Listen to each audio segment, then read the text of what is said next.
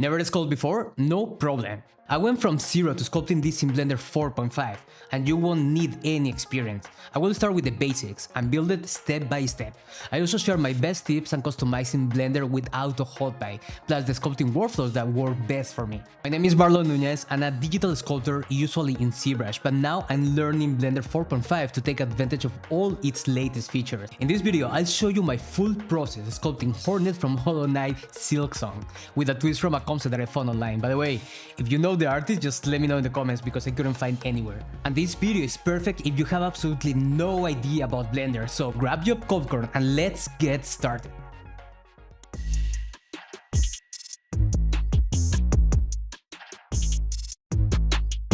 Alright, so if it's the first time you are opening Blender, I'm going to show you just the first shortcuts that you need to know. And first of all, you need to know how to navigate. If you press just the middle button, you're going to able to orbit around the selected mesh. If you press Shift middle button, you are able to pan. And if you press Control middle button, you are able to zoom in and out. All right. Also, something in Blender, it always comes with two layouts. Sometimes by nature, you want to join down just to make sure that you have the full view. I want you to notice that you're always going to be sculpting on the selected mesh. So what I'm going to do right now, I'm going to come back to layout. I'm going to press X, that is for delete. And I'm going to press Shift A, and I'm going to create a new mesh. In this case, a UV sphere. So now I'm going to select it and get back into the sculpting mode. All right, so here on the bottom, you have all the different brushes. So what I'm going to do right now, I'm just going to make them bigger, so I can understand the brushes better. And also going to display the names, so you're able to see everything better. Also, something that you're probably going to be doing all the time is activating the mirror mode, just to be sure that you're able to sculpt in both sides at the same time. So for every single software that I'm working with, something that I like doing is finding out the shortcuts, either by creating them or just finding out what's going on. If you see here on the bottom, you have a whole bunch of different brushes. You have the clay brush, you have the gray polish, and I'm a ZBrush user, and I'm a digital sculptor in ZBrush by default. So I'm going to try to figure out which are the translation from ZBrush to Blender. And if you come from ZBrush, this is actually pretty helpful for you because I'm going to be explaining you specifically what are the brushes that you're going to need. And so you know, I usually only use around 4 brushes and probably are the most simple brushes. So I'm going to try to find that translation. When it comes to shortcuts, you press F, you are able to make the draw size bigger or smaller. All right. You press R in your keyboard, you're going to notice that you're going to open like this type of display.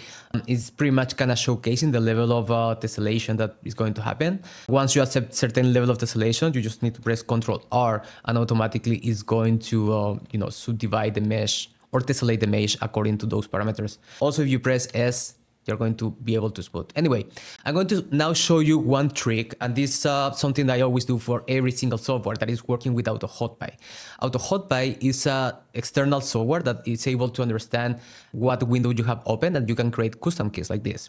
So for example, if I'm not on a frame when I'm sculpting, I created my own custom menu where I'm able to do everything just by different actions. So let me just come back to layout quickly so I show you better. So in this case, for example, I have this guy somewhere and sometimes I don't know how to find it out. I need to press frame and then automatically it's going to, jump in. And then you have a whole bunch of different options. Wireframe, you have all these type of options here as well. So what I'm doing, I'm creating shortcuts here. So I'm able to kind of jump in and out from different modes. X-ray, here I can scale things up and down, pretty much everything that is when it comes to like a most common shortcuts. So we're going to now customize our own custom shortcut for sculpting. So I have now AutoHotPie here open on my computer. One thing that you might want to do, you want to create a new application. And if you press new application, you can get focus on application, select Blender, and then the executable from Blender is going to happen here. And you can create a profile. In this case, I already have my Blender profile with already the HotPie menu that I show you, but I'm going to create now a new Pie menu. I'm going to create a Pie menu that is going to be called Sculpt in this case. So add Pie menu, all good. When it comes to choose keystroke, I'm not super sure which one I want, but I'm going to go for Ctrl Shift right click because the other one, if I'm not wrong, I have it under Shift, right? So I'm going to come back again, Sculpt, choose keystroke, accept, and then add pie menu. Now I have my new pie menu here. We're not going to jump into any of this because this is just appearance and I don't really care about the appearance. What I care is about the functions. And in this case, every specific function that is going to happen here. So we're going to write down the few brushes that we might need most of the time, like the grab brush. We're going to probably need a smooth brush, play brush as well. You know what? I'm going to put this one here better for the draw. So in my head, when it comes to ZBrush, grab, it's the move brush in ZBrush. Draw is the standard brush. It's smooth and clay is clay. So pretty much you're going to only need this. And also you're going to need, if I not wrong, the crease polish or the crease sharp. So I'm going to put it here for now. So with these 5 brushes, you're supposed to be able to do everything. So I know already grab just by playing a little bit in Blender that I need to press G here as a shortcut. So right now this already is assigned. For clay, that one was easy as well. I only need to press C. For smooth also was kind of straightforward. And for draw and then go send key V. And if I'm not wrong, I do have the main ones created. You can also delete on demand or create new ones. I believe possibly I'm going to need some like Inflate, for example. I don't know if Inflate has different shortcuts. Perfect, it's I. So I'm going to name this one Inflate. And then I'm going to send key and press I, accept. Also, something pretty cool in AutoHotPie is that you can create an icon. So something that I like doing as well is capturing screenshots from the different icons. So I'm going to show you quickly how I will do it with the grab one, for example. So I'm going to deactivate the names because I don't need that for this purpose. And I'm going to make a quick capture just from the grab tool that if I'm not wrong is this one. So this is the grab tool. And I'm just going to quickly create this one and I'm going to save it. I'm going to call this one grab, save it as a JPEG. If I'm not wrong, this one is the grab, yeah. So once you save it, if you come back to AutoHotPie, it's going to ask you, hey, you want to select the icon. But the only way to make it work is that it's placed already where the icons are. So if you click manage icons, you're going to see that it's going to open up a specific folder. I already have a whole bunch of different icons that I created for the past, also for ZBrush. So I'm going to just cut the image that I created and just paste it here. If I'm in grab and then I go to choose icon now, it's going to show up here under grab. Perfect. And you're going to notice that it shows a bit small. Here, if you come back to global icons, you are able to change the size. So this way you are able to see better which was the initial brush that you wanted to select. So this way is an easy way to not only remember, but you have also a visual clue from which one is the one that you need. So if I right now come back here, I'm just going to show you quickly how it works. And as soon as you close it, AutoHotPie is going to save. So once you save, and if I press my new menu, this is going to happen. And now I just need to do this. And automatically I'm going to have my new brushes already selected. So what I will suggest you do exactly what I did and also change the icons. This way for you is going to be easier just to select different brushes on demand. So I just finished the AutoHotPie Blender menu for sculpting. So if I show you here, I created already all the different icons and actions, but there is one specifically that I don't like. That is the mask brush that by default use the box feature. And it's something I don't like. By the way, if you want to clear out the mask, you just need to press A on your keyboard and then you have a whole bunch of different mask options. That's the best way to clear out. Now, you can assign a shortcut in Blender, but I noticed there was a problem when it comes to assigning this shortcut specifically here. So I'm going to do something else. So I'm going to go through preferences and I'm going to go through my key map. Let me just go and make this bigger. And I'm going to type on my key map mask. So what I'm going to do right now, I'm going to remove this shortcut that is assigned to mask box gesture, because by default, I hardly ever mask by box. It's something that I hardly do it. So I'm just going to remove it because I don't feel that I need it. So I'm going to accept it. And then now I'm going to change the shortcut and then press B. So right now, if I'm in a different brush and I press B, now I have the right mask that I usually will be using. Other actions that you should know, if you press A, not only you can do that, but clear the mask, but also you can invert the mask. Like for example, imagine that we want to pull all this area inwards. You just need to go and get the grab brush and then just pull everything inwards. And then you can smooth things out as well. If I go here to smooth, you can smooth things out. In a new scene, we're going to press X and delete the box. From there, we are going to create a new UV sphere. All right, let's jump into the sculpting layout. I already have my AutoHotPie menu set up, so that's already working. Now let's activate X Symmetry mode so we can sculpt on both sides at once. Every time we sculpt, the most important thing is to focus on the forms. For that, I'll be using the grab brush, making small tweaks to the character so it matches the original concept. The whole idea here is about volumes, because what makes a character appealing comes from its shapes, not so much from the small details. And this stage is always the most important part of any sculpt or character you are creating. I already noticed I need to subdivide the mesh. So I'm going to press R on the keyboard and then Ctrl R to accept the operation. This way I'm going to have more geometry to pull in and out for this character. As you can see, it's already starting to look kinda better, but the key here is that I don't really care about the quads or the topology yet. We're going to solve that in the future. I just want to understand the shape of the initial silhouette. The good thing about this concept is that it's actually very simple if you think about it, and I expect all of you will be able to follow this along. And that's one of the reasons I actually choose it. Something easy enough to sculpt in Blender, even though I'm more naturally of a ZRemesher sculptor, and it works well whether you are starting in Blender or even coming from ZRemesher. Now I'm going to mask out the area for the eyes of the character, since that's one of the main features we want to establish quite early. With the mask in place, I'm going to press A to invert it, and that way we're only working inside the eye region. Using the grab brush again, I start pulling the surface inwards to block out the sockets. And don't worry about the precision here, it's all about carving in general shape that resembles where the eyes will sit. What really matters is that we define the right placement and proportions before adding any detail. As you can see, even this rough step immediately makes the character read better. This stage is all about setting up a strong foundation, not chasing perfection. So take your time with this part. Adjust the size of the brush if you need to, and really look at the silhouette of the eyes from different angles. The goal is just to suggest the form and make sure it feels appealing even with very little details. Okay, so let's divide this character a little more so we have extra geometry to work with, especially for polishing the eye region. Now I will switch to the smooth brush and start softening some of the shapes, cleaning up the surface and blending away some of the quads that were too visible before. At this stage, since we have more resolution on the head, it's time to refine the forms. Using the same brushes as always, the grab, the draw and also the smooth, I start polishing in some secondary shapes. These subtle tweaks really help make the sculpt more appealing and bring it close to the concept. And something else that I like to do is changing the material and check how the character actually looks with real light applied.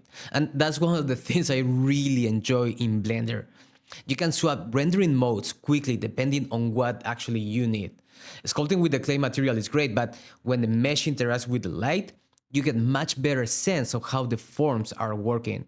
And that's honestly one of the big differences compared to ZBrush. I love to see that flexibility there, but in Blender, it adds its own magic to the sculpting process. To start painting on the model, I just activate the painting mode from the menu on the left. Then select your colors. By default, Blender gives you black and white. For this sculpt, I just reuse the default black. Since this is a Hollow Knight fine art piece, that hollow black look works perfectly for the character. Something I always recommend, and you're going to see this in my other tutorials too, is to give yourself clues while you are working. Even though we don't have the final texture yet, painting some key areas on the sculpts helps me to visualize the face better. And this is actually very important because for any sculptor or modeler, having a sense of the character early makes the process much easier. Think of this placeholder as just quick guides. They don't need to be final details. It could be something as simple as a hint of the eyebrow or a patch of color or any small mark that helps you picture how the character might look once it's polished. And as you can see here, just with this rough paint, the sculpt already starts to carry that Hollow Knight Silksong vibe. It's giving me that cat-like feel from the concept and it works nicely. Now, I don't need to subdivide the mesh further. We'll handle the topology later. And speaking of topology, I'm going to share a trick I found out that I absolutely love. how to reuse the sculpt, and get the perfectly polished version with clean topology in one single step. For the cake, we're going to use a quick Blender modeling trick. Instead of starting with a cube or any other primitive, let's create a circle. With the circle selected, I place it in the right position just near to the neck. The cool thing about Blender is that we can reuse logical modeling tools instead of building everything just from scratch. Now I'm going to jump into edit mode and switch to edges. I'll press L on my keyboard to grab the full loop. Then with Shift D, I can duplicate it. This duplicate will act as the top part of the cape near the neck. You might not see why we're doing this yet, but it will make sense in a moment. I'll adjust the position so it lines up properly. We're going to repeat the same operation also from the bottom part. I'm going to scale the circle up so the cape opens outwards. Once I'm happy with both positions, I select all three circles. With the loop selected using L, I will then use bridge edge loops. This automatically connects everything and gives us the base shape of the cape with some nice topology already in place.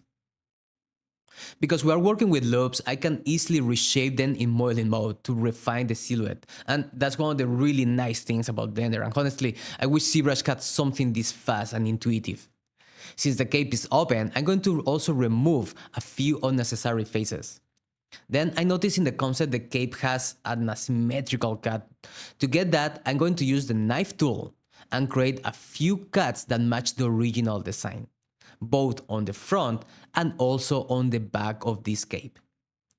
Finally, once I'm happy with the cuts, I will just select the faces I don't need anymore and press X to delete them. Okay, so it's time to move to the next step, adding some loops. If you go into Edge mode and press Ctrl E, you can add loops along the selected rings. Using the middle mouse wheel, you can increase or decrease the number of loops that actually you are adding. This is super useful, especially for areas that need sharper or more creased edges. By doing this, I'm setting up the topology, so it's subdivided enough for sculpting. Now I quickly apply the modifiers to make sure that everything is flattened and ready to sculpt. As usual, I like to start placing a bit of color, and it helps me quite a lot to visualize the character while sculpting. When sculpting, one of the most important steps is defining the major shapes. For that, I really like using the Elastic Deform brush. It allows me to move large portions of the mesh smoothly without breaking the surface or creating really harsh transitions. With this brush, I can quickly adjust proportions and refine the overall silhouette of the cape, giving it a more natural flow. And don't worry about the small details yet. The goal here is to make sure that the overall structure feels balanced and dynamic. Once the big shapes looks right, everything else becomes easier to refine later on. After the main forms are set, it's time to go over the character slowly and start adding the V-shaped folds that bring the fabric to life. This part really defines how the material behaves. So take your time to observe where folds will naturally occur. Around tension points, near the shoulders, or where the fabric gathers due to gravity. I like to alternate between the standard brush to build the folds and also the flattened brush to clean up the planes between them. Think of it as sculpting the rhythm of the fabric, where it stretches, where it compresses, and how it catches the light. Those folds also helps break the silhouette, making the cape feel less like perfect geometry shape and more like a real cloth in motion. Don't rush these steps, it's where the personality of the sculpt really starts to emerge.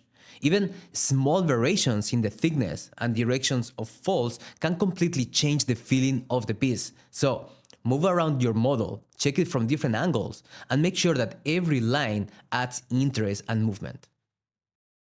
Once the main shapes and folds are in place, I like to use the snake hook brush to push the silhouette a bit further. This brush is great for pulling out small tips or extending parts of the fabric that break the overall symmetry. These tinier irregularities makes the cape look more dynamic and natural, almost as if it's being affected by wind or movement. It's not about adding noise, it's about adding character. Now I'm going to add a solidify modifier, and the reason for that is pretty simple. The cape needs thickness so it can render correctly. Here, you want to play with the thickness values until it fits your character. Since this design is stylized, I'm keeping it fairly thick to have enough geometry to work with it later. After that, I'm adding a remesh modifier. And this helps me to redefine the topology of the cape so the quads are more cleaner and more even especially, and it's also easier to sculpt on. It also gives me a more relaxed surface, especially around the lower areas where I noticed I didn't have enough geometry. Of course, there are many ways to handle topology for the cape, but I found that this is the best and fastest approach. It gives me a solid geometry without wasting time resculpting everything from scratch. I take a bit of a time here to fine-tune the remesh settings, making sure that I don't lose too much of the original sculpted detail while still gaining a smoother and more usable mesh. Once I'm happy with the balance, I apply the modifiers to lock everything in and move back into the sculpting mode. From here, I use the same principles as before, refining the major shapes, adding folds, and improving the overall flow of the fabric. The nice part now is that with the extra geometry, I can add more refined folds on the bottom and also on the top section and pull out the silhouette a bit further to make the cape more dynamic. Honestly, sculpting fabric is one of the most enjoyable parts of building pretty much any character. At this stage, you get to get fully creative. It's less about technical precision and more about your artistic interpretation.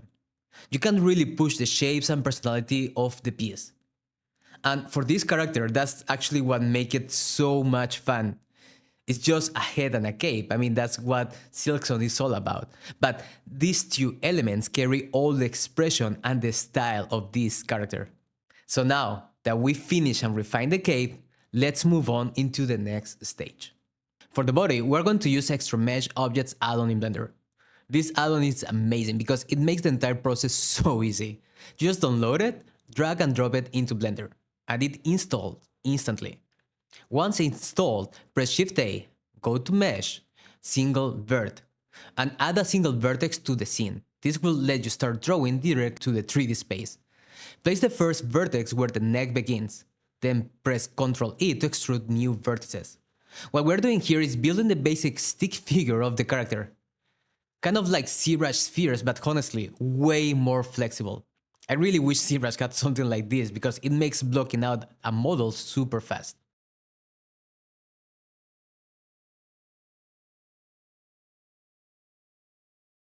Now I'm going to add a mirror modifier, so we instantly get the other half of the character. Just for first glance, I noticed my pivot point wasn't centered, so I had to realign the vertices to make the mirror symmetrical. Once that was fixed, I add a skin modifier to give the spline some thickness, and then also a subdivision modifier. If you switch to wireframe mode, you get a much clearer view of the underlying structure. This mode is really helpful to understand how the shape is flowing and where the geometry is getting dense or too stretched. It lets you see the actual distribution of the vertices without the solid shading getting in the way, which is perfect at this stage when you are just sketching the body out. You can also press Shift-A to adjust the thickness of specific areas. Simply select the vertex and scale it in and out. This gives you instantly control over the proportions of the body. For example, I can make the torso slightly thicker, the legs thinner, or exaggerate the head shape in seconds. It's such an intuitive way of sculpting volumes without even the need to sculpt yet.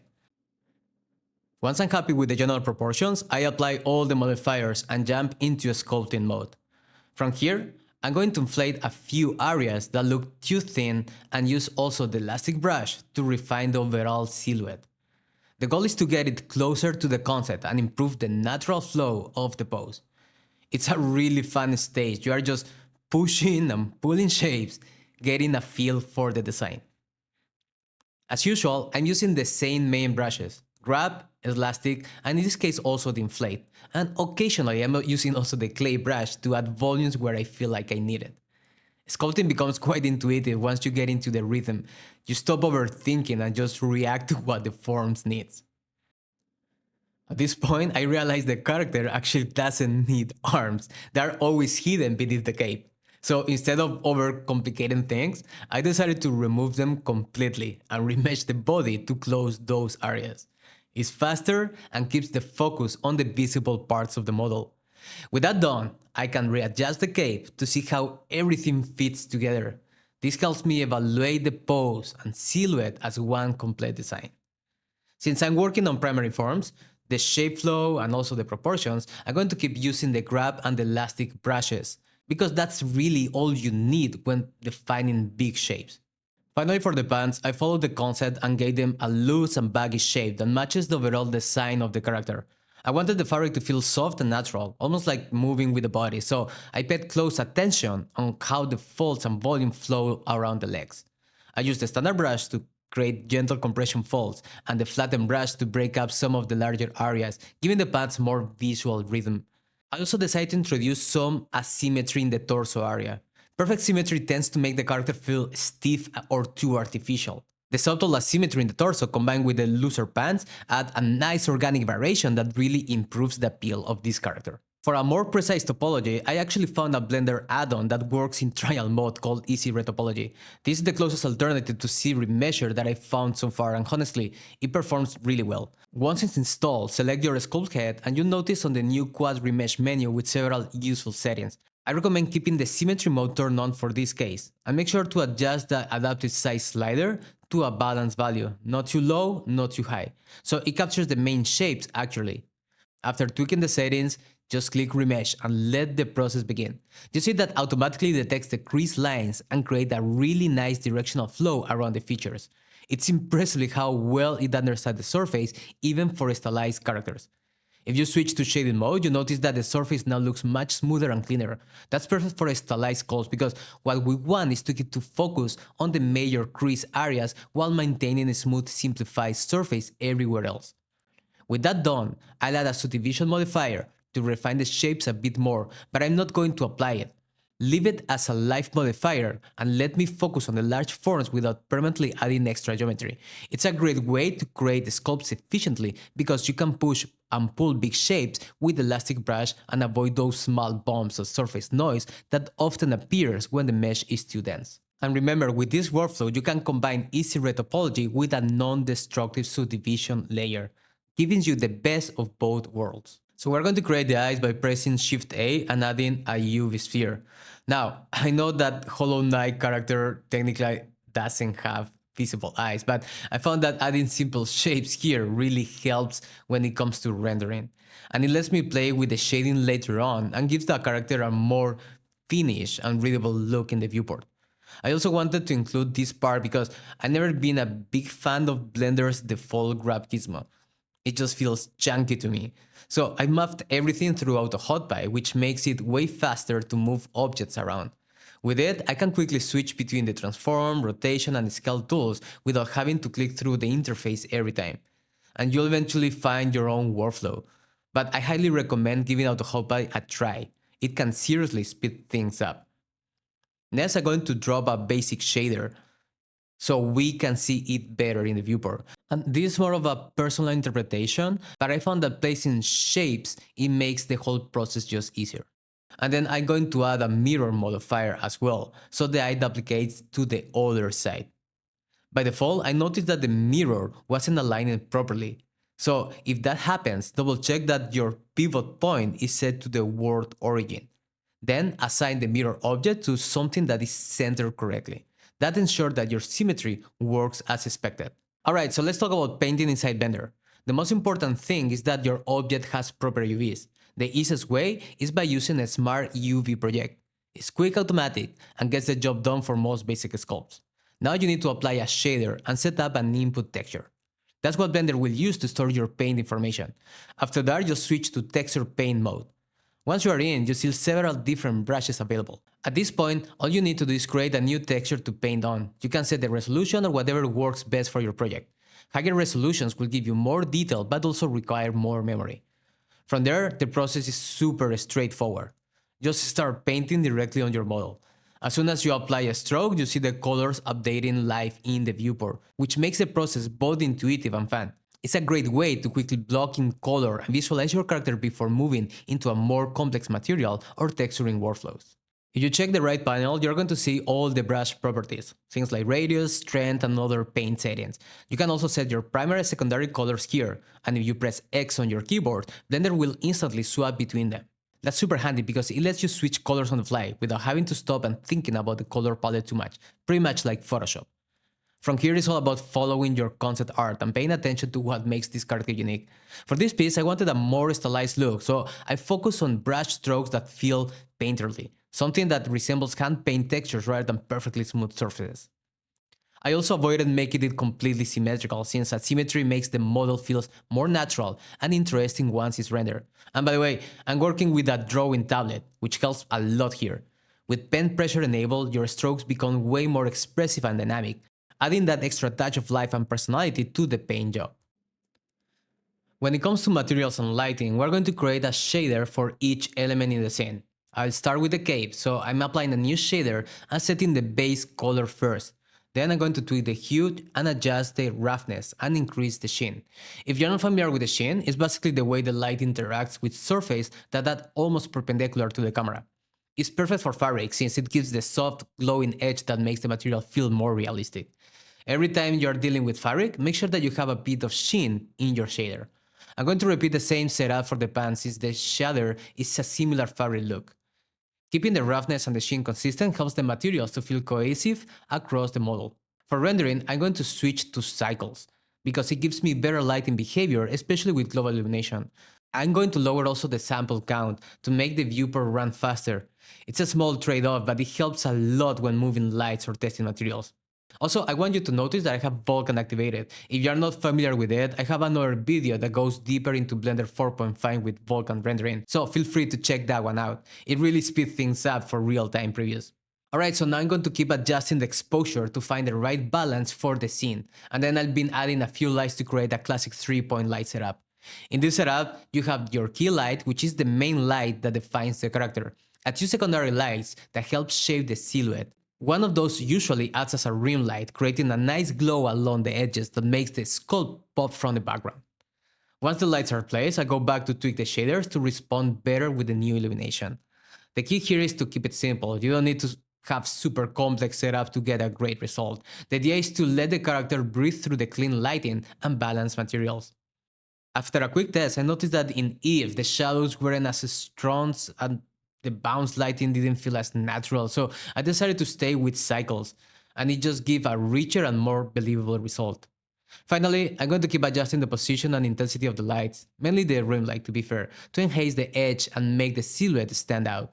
Small tweaks to the exposure and direction can completely change the feel of the render, so it's worth taking the time to find the sweet spot. Let's go ahead and create a new camera. If you press 0 on your keyboard, you're going to jump straight into the camera view. In Blender, you want to make sure that you lock the camera to the view. That's super important. It allows you to move around the viewport while the camera follows your navigation, so you always see exactly what's going to be rendered. Now I'll start adjusting the camera so it frames the character nicely. In most games, a 35mm focal length is what is actually used, which is close to what actually a human eye naturally sees as well. I decided to stick with that focal length here since it gives a bit more of subtle distortion that adds energy to the shot. It feels more cinematic too than a standard portrait lens. If you go into a viewport display option, you can enable the safe areas and even darker the frame background. This helps you to focus entirely on what the camera is actually capturing, keeping distractions out of the way. At this point, I like to spend some time just moving the camera around, testing different angles, and figuring out what's best showcase the character's silhouette and design. Inside the camera settings, you'll find additional parameters like exposure, you have depth of field, aperture, which you can always tweak to fine-tune the final shot. Alright, so now it's time to render. Just go to Render menu and select Render Image. Blender will automatically render from the active camera. For export, I'm saving the final render as a PNG with transparency enabled since I'm rendering without any background. Alright, so that's it. That's how you can sculpt any character in Blender. Honestly, sculpting in Blender turned out to be a lot more fun than I actually expected and way less complicated too. If you're new to Blender, definitely give it a try, you won't regret it. And if you're coming from ZRush, well, now you know the main brushes you'll actually need to feel right at home. With everything said, I hope you enjoyed the process, and I'll see you in the next video.